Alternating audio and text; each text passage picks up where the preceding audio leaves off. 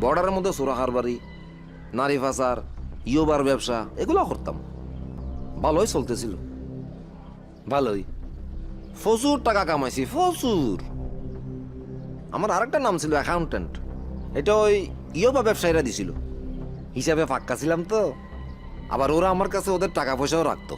2018 সালে সরকারে মাদকের বিরুদ্ধে যুদ্ধ ঘোষণা করলো। শুরু হয়ে গেল দরফাকর, ক্রস ফায়ার, অনেকে মরি গেল।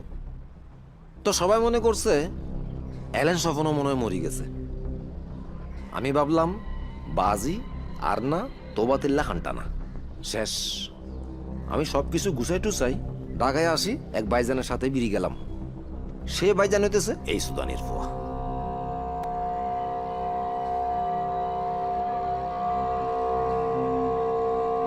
তুই হই হয়েছিল মনে আসবে না, তাই না?